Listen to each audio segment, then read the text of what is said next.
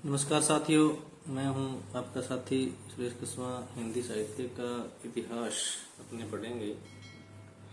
साथियों, जितना भी हिंदी साहित्य का इतिहास है मैं आपको क्रम वाइज पूरा अपने चैनल के माध्यम से उपलब्ध कराने का प्रयास रहेगा मेरा। और ऐसी कोई भी चीज़ मैं नहीं छोड़ूंगा जो पृष्ठ की दृष्टि से महत्वपूर्ण हो। तो आप मेरे चैनल से जुड़िए और शेयर कीजिए और हिंदी साहित्य के इतिहास में अपने आप को डुबो दीजिए ताकि आपको आनंद आता रहे। सबसे पहले मैं बात करूंगा इस शब्द के क्रम की। यह प्रश्न नेट की परीक्षा में पूछा जा चुका है, इसलिए मैंने इसको शामिल किया है कि हिंदी शब्द जो है उसका सही क्रम कौन सा है। ठीक है, तो हिंदी शब्द का सही क्रम यानी हिंदी शब्द सिंधु से बना है। सिंधु से हिंदू, हिंदू से हिंद और हिंद से हिंदी। ठीक है, यानी सिंधु, हिंदू, हिंद और हिंदी, यही क्रम अपने को याद रखना है। और इसी क्रम में यह प्रश्न पूछा भी गया है नेट की परीक्षा में, इसलिए यह क्रम है सिंधु, हिंदू, हिंद, हिंदी। सिंधु, हिंदू, हिंद, हिंदी। ठीक है, उसके बाद बात करेंगे उर्दू शब्द की। तो भोलानाथ तिवारी ने उर्दू शब्द को चीनी भाषा का बताया है। ठीक है, जबकि साधारणतः हम लोग पढ़ते हैं कि उर्दू शब्द जो है वो तुर्की भाषा का शब्द है। ठीक है, तो भोलानाथ तिवारी के अनुसार अगर पूछे कि भोलानाथ तिवारी के अनुसार उर्दू शब्द है वो किस भाषा का है, तो हमारा उत्तर होगा चीनी भाषा का। अगर वो पूछे कि उर्दू शब्द किस भाषा का है, तो अपना उत्तर होगा तुर्की भाषा का। ठीक है, समझ गए साथियों कि अगर भोलानाथ तिवारी के अनुसार उर्दू शब्द का पूछे किस भाषा का है, तो वो है चीनी भाषा का। अगर सीधा ही पूछे कि उर्दू शब्द किस भाषा का है, तो वो है तुर्की भाषा का। आगे अब बात करूंगा मैं हिंदी शब्द की। ठीक है, कि हिंदी शब्द है वो किस भाषा का है, तो हिंदी शब्द पारसी, फारसी, ईरानी भाषा का। तीनों में से कोई भी ऑप्शन में आए, तीनों ही सही है। अगर तीनों दे देता है और पूछ लेता है कि उपयुक्त में से सही है, तो आपका उत्तर तीनों देकर पूछ लेता है कि उपयुक्त में से सही है पारसी, फारसी, ईरानी या उपयुक्त सभी, तो आपका उत्तर होगा उपयुक्त सभी। ठीक है, हिंदी शब्द जो है वो पारसी का भी है, फारसी का भी है और ईरानी भाषा का भी है। अब बात करेंगे अंग्रेजी शब्द की। तो अंग्रेजी शब्द जो है वो फ्रेंच या फ्रांसीसी भाषा का शब्द है। ठीक है, हिंदी शब्द की उत्पत्ति जो है वो किस शब्द से हुई है, यहाँ किस शब्द से हुई है, सिंधु शब्द से। तो हिंदी शब्द की उत्पत्ति जो है वो सिंधु शब्द से हुई है। अब प्रश्न ये उठता है कि ये जो हिंदी शब्द है ये आया कहाँ से, सबसे पहले इसका उल्लेख हमें कहाँ मिलता है। जैसे हमें ये तो पता चल गया कि यह शब्द जो है वो सिंधु शब्द से निकलकर आया है। सिंधु से हिंदू बना, हिंदू से हिंद बना, हिंद से हिंदी बन गया। पर ये हिंदी शब्द जो है इसका सबसे पहले प्रयोग किसने किया, कहाँ मिलता है ये हिंदी शब्द, तो इसका उत्तर ये है कि हिंदी शब्द जो है वो सरफुद्दीन यजदी, एक लेखक हुए हैं उर्दू भाषा के, सरफुद्दीन यजदी। उन्होंने एक ग्रंथ लिखा है जफरनामा। ठीक है, सरफुद्दीन यजदी ने जो जफरनामा लिखा है उसमें पहली बार हिंदी शब्द का उल्लेख मिलता है। ठीक है, सरफुद्दीन यजदी ने जो जफरनामा ग्रंथ लिखा है उसमें पहली बार हिंदी शब्द का हमें उल्लेख मिलता है। उसके बाद जफरनामा ग्रंथ जो है वह सरफुद्दीन यजदी ने भी लिखा है। इसके अलावा दो और लेखक हुए हैं जिन्होंने जफरनामा पुस्तक की रचना की है, जफरनामा नामक ग्रंथ लिखा है। उनमें से एक है नियामत खां जानकवी। नियामत खां जानकवी, जानकवी के नाम से ये प्रसिद्ध है, नियामत खां। और इन्होंने जफरनामा की रचना की है। जानकवी का जो संबंध है वो राजस्थान के सीकर जिले से है। कहाँ से है, सीकर जिले से। तो जानकवी ने, जो कि सीकर जिले के निवासी थे, उन्होंने जफरनामा की रचना की थी। यह जो ग्रंथ है, यह जो हमारी भक्ति काल है उसकी जो प्रेम मार्ग शाखा है यानी प्रेमाख्यान काव्य है, उनके अंतर्गत इस ग्रंथ को अपने ले सकते हैं। उसके बाद आता है गुरु गोविंद सिंह। गुरु गोविंद सिंह जो कि सिखों के गुरु थे, उन्होंने जफरनामा लिखा था। और जफरनामा क्यों लिखा था? क्योंकि औरंगजेब के जो काले कारनामे थे, औरंगजेब के द्वारा जो लोगों को परेशान किया जा रहा था, जो तरह तरह के कर लगाए जा रहे थे, जो उसकी शासन व्यवस्था में जो विसंगतियां थी, उसके ऊपर एक ग्रंथ लिखा था जिसका नाम था जफरनामा। किसने लिखा था? गुरु गोविंद सिंह ने लिखा था जफरनामा। ठीक है, इसमें औरंगजेब के काले कारनामे थे। और कहते हैं कि जब औरंगजेब ने इस ग्रंथ को पढ़ा तो वह इतना शर्मिंदा हुआ था कि वह गुरु गोविंद सिंह के साथ घृणा रखनी उसने शुरू कर दी थी। ये तो बात आती है हिंदी शब्द की। अब बात करें साहित्य का स्वरूप, यानी हिंदी साहित्य, यानी साहित्य का स्वरूप क्या है, साहित्य में क्या महत्वपूर्ण है। ठीक है, सबसे पहले मैं बात करूंगा प्रोफेसर मैनेजर पांडे। साथियों, जो अपने आलोचक होते हैं उनको याद रखना बहुत ही जरूरी होता है। आप अगर नेट की परीक्षा दे रहे हो या बड़ी परीक्षा दे रहे हो तो उसमें जो उनकी जो डेफिनेशन दी होती है, परिभाषाएं दी होती है, उस परिभाषा के बारे में पूछ लेते हैं कि यह परिभाषा किस आलोचक ने दी है। ठीक है, तो हिंदी साहित्य में, हिंदी साहित्य के इतिहास में आलोचना का जो स्थान है वो बहुत ही महत्वपूर्ण है। ठीक है, तो आलोचना और आलोचक दोनों हमें पता होना चाहिए कि यह आलोचना किसने की है और इसके आलोचक कौन है। तो बात करूंगा मैं प्रोफेसर मैनेजर पांडे। इन्हें मार्क्सवादी आलोचक कहा जाता है। प्रोफेसर मैनेजर पांडे को मार्क्सवादी आलोचक कहा जाता है। ये मार्क्सवादी आलोचक हैं। इनका ग्रंथ है साहित्य और इतिहास दृष्टि। ग्रंथ का नाम क्या है?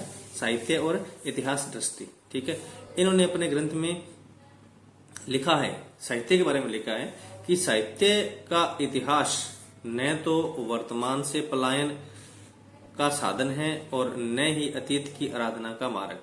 ठीक है, कि साहित्य का इतिहास है वो न तो वर्तमान से पलायन का साधन है और न ही अतीत की आराधना का मार्ग। तो क्या है? साहित्य का इतिहास मात्र रचनाकारों के तथ्यों का संकलन या अन्वेषण का अन्वेषण नहीं है। ठीक है, एक बात तो इन्होंने ये कही है कि साहित्य का इतिहास न तो वर्तमान से पलायन का साधन है और न ही अतीत की आराधना का मार्ग। यह डेफिनेशन पूछी जा चुकी है नेट की परीक्षा में, इसलिए मैंने इसको शामिल किया है आपके लिए कि साहित्य का इतिहास न तो वर्तमान से पलायन का साधन है और न ही अतीत की आराधना का मार्ग। ठीक है, दूसरा और क्या कहते हैं, और है कि साहित्य का इतिहास मात्र रचनाकारों के तथ्यों का संकलन या अन्वेषण नहीं है। यह परिभाषा इनकी नहीं है, यह परिभाषा इनकी नहीं है, यह तो इसका स्वरूप निकल कर आया है। क्या आया है? कि साहित्य का इतिहास मात्र रचना या रचनाकारों के तथ्यों का संकलन या अन्वेषण नहीं है। ऐसा नहीं है कि साहित्य का इतिहास सिर्फ यही है कि रचना और रचनाकारों के तथ्यों का संकलन या अन्वेषण किया जाए। तो अब जो मैं आपको बात बताऊंगा वह बहुत ही महत्वपूर्ण है और पूछी जा चुकी है, वेरी वेरी इंपॉर्टेंट है, आप इसको इंपॉर्टेंट करके लिख लें। ठीक है, कि साहित्य इतिहास का मूल आधार क्या है? साहित्य की गतिशीलता की निरंतरता में आस्था। वेरी वेरी इंपॉर्टेंट बात है ये। अगर आप हिंदी साहित्य का इतिहास पढ़ रहे हो तो आपको यह तो पता ही होना चाहिए कि साहित्य की जो गतिशीलता है उसकी निरंतरता में आस्था है। ठीक है, हल्की लग रही होगी आपको बात, परंतु ये बहुत ही महत्वपूर्ण बात है और परीक्षा में पूछी जा चुकी है नेट की परीक्षा में कि साहित्य इतिहास का मूल आधार क्या है। तो साहित्य इतिहास का मूल आधार है साहित्य की गतिशीलता की निरंतरता में आस्था। ठीक है, अब नोट लगा लीजिए। एक और महत्वपूर्ण बात आ रही है कि आचार्य शुक्ल ने अपना जो ग्रंथ लिखा है हिंदी साहित्य का इतिहास 1929, उसमें जनता शब्द का प्रयोग किया है। किस शब्द का प्रयोग किया है? जनता शब्द का प्रयोग किया है। आचार्य शुक्ल ने कहा है कि साहित्य जनता की चित्तवृत्तियों का संचित प्रतिबिंब है। कि साहित्य है वो जनता की चित्तवृत्तियों का प्रतिबिंब है, यानी जनता शब्द का प्रयोग रामचंद्र शुक्ल ने अपने हिंदी साहित्य के इतिहास ग्रंथ में किया है। जबकि हजारी प्रसाद द्विवेदी ने इसके लिए किस शब्द का प्रयोग किया है? लोक धर्म शब्द। यहाँ जब जनता शब्द का प्रयोग कर रहे हैं शुक्ल जी, वहीं हजारी प्रसाद द्विवेदी जो हैं वो लोक धर्म शब्द का विशेष प्रयोग अपने साहित्य में कर रहे हैं। ठीक है, अब कुछ वक्तव्य, कुछ परिभाषाएं जो हमारे इतिहासकारों ने दी है। सबसे पहले बात करूंगा मैं आचार्य रामचंद्र शुक्ल की। आचार्य रामचंद्र शुक्ल कहते हैं कि साहित्य जनता की चित्तवृत्तियों का संचित प्रतिबिंब है। महत्वपूर्ण बात है, बहुत बार परीक्षा में पूछी जा चुकी है, सेकंड ग्रेड में भी पूछी जा चुकी है, फर्स्ट ग्रेड में पूछी जा चुकी है, नेट में तो बहुत ही बार पूछी जा चुकी है कि यह रचना, यह पंक्ति किसकी है। तो रामचंद्र शुक्ल, साहित्य जनता की चित्तवृत्तियों का संचित प्रतिबिंब है। एक बार और, साहित्य जनता की चित्तवृत्तियों का संचित प्रतिबिंब है, यानी जनता की जो मन की जो वृत्तियां हैं उन सभी वृत्तियों का संग्रह है साहित्य है, उसका प्रतिबिंब है साहित्य।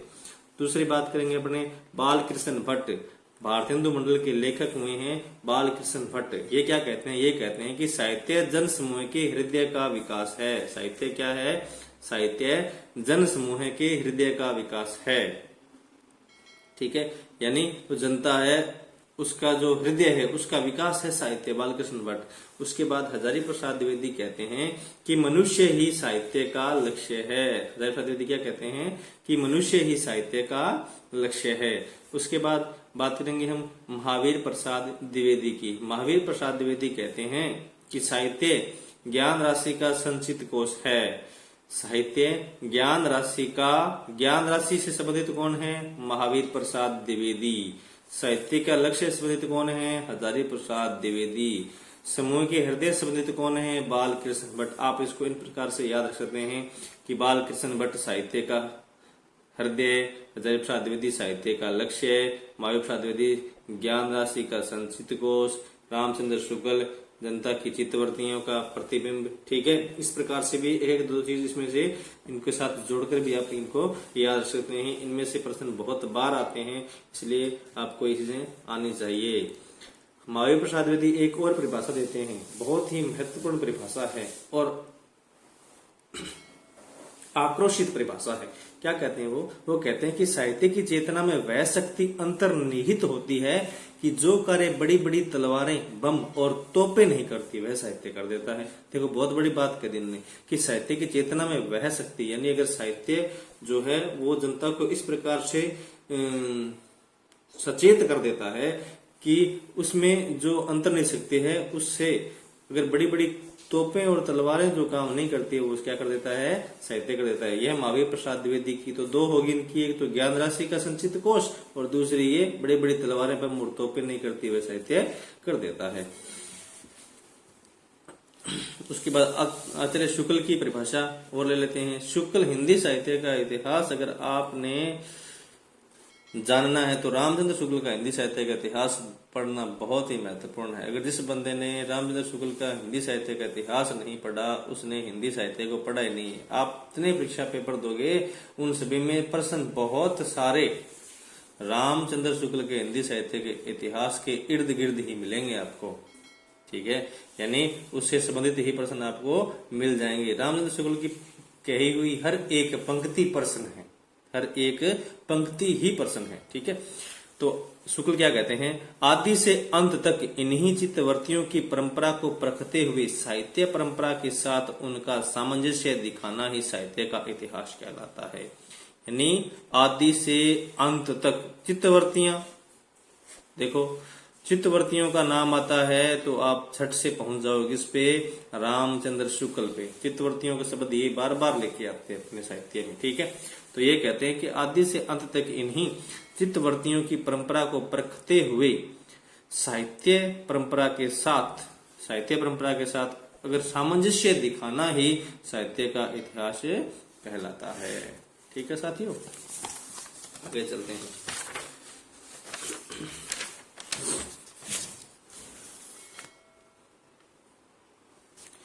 अब बात करूंगा मैं हमारे जो प्रमुख ये जो हिंदी साहित्य का इतिहास है ये प्रारंभ करने से पहले मैं उसकी भूमिका बना रहा हूं। ठीक है, यानी क्या चीज है। मेरे कुछ साथी नए भी हैं, कुछ पुराने हैं, तो जो नए साथी हैं उनके लिए एक भूमिका है ताकि उनको यह ज्ञान हो जाए कि हिंदी साहित्य के इतिहास में हम क्या चीज पढ़ने वाले हैं। जो पुराने साथी हैं जिन्होंने हिंदी साहित्य के इतिहास को पढ़ रखा है, निचोड़ रखा है, उनके लिए तो ये नई बात नहीं होगी, परंतु जो चीजें मैं आपको लिखा रहा हूं, आपको अगर ये चीजें आपने अगर नोट कर ली, आपने अगर इनको पढ़ लिया, तो आपको ना ही तो बच्चन सिंह पढ़ने की आवश्यकता है, ना हजारी प्रसाद द्विवेदी पढ़ने की आवश्यकता है, ना रामचंद्र शुक्ल पढ़ने की आवश्यकता है। पूरी की पूरी किताबों का निचोड़ निकाल कर मैं आपके सामने रखूंगा। अगर आप मेरे इस चैनल के साथ जुड़े रहेंगे तो मैं इस गारंटी के साथ कहता हूं कि आप हिंदी साहित्य के इतिहास को पूरे का पूरा अध्ययन कर लोगे। प्रमुख आलोचकों की प्रिय कवि, देखिए मेरे पास स्मार्ट बोर्ड तो नहीं है कि मैं आपको स्मार्ट बोर्ड पे करवा सकूं। अगर होता तो मैं निश्चित रूप से निःशुल्क आपके लिए क्लासें लगाता, परंतु मेरे पास जितना भी संसाधन है उस संसाधनों के जरिए मैं आप तक हिंदी साहित्य के इतिहास को पहुंचाने का पूरा मेरा प्रयास रहेगा। प्रमुख आलोचकों की प्रिय कवि, बात करूंगा सबसे पहले मैं रामचंद्र शुक्ल की। ठीक है, तो रामचंद्र शुक्ल का जो प्रिय कवि जो है वो है तुलसीदास। ठीक है, अपने हिंदी साहित्य के इतिहास में उन्होंने तुलसीदास के ऊपर कम से कम 15 पेज लिखे हैं। हिंदी साहित्य के इतिहास में तुलसीदास पर लगभग 15 पेज उन्होंने लिख डाले हैं। ठीक है, तुलसीदास रामचंद्र शुक्ल के ही प्रिय कवि नहीं है, किसके हैं? निराला के भी हैं। सूर्यकांत त्रिपाठी निराला जो कि छायावादी युग के कवि हैं, उनका भी प्रिय कवि जो है वो तुलसीदास है। ठीक है, हजारी प्रसाद द्विवेदी, इनका प्रिय कवि है कबीर। अब रामचंद्र शुक्ल ने तुलसीदास को जो महत्व दिया है वो कबीर को नहीं दिया। तुलसीदास को जो महत्व दिया है वो कबीर को नहीं दिया। अब कबीर को अपने ग्रंथ में रामचंद्र शुक्ल ने ज्यादा स्थान नहीं दिया, तो हजारी प्रसाद द्विवेदी जो है वो इनके बाद ग्रंथ लिखते हैं और उन्होंने कबीर को बहुत ही महत्वपूर्ण स्थान दे दिया। ठीक है, तो हजारी प्रसाद द्विवेदी का जो प्रिय कवि है वो कौन सा हो गया? कबीर है। तुलसीदास किसके हैं? रामचंद्र शुक्ल के हैं। अब बात करूंगा मैं डॉक्टर बच्चन सिंह।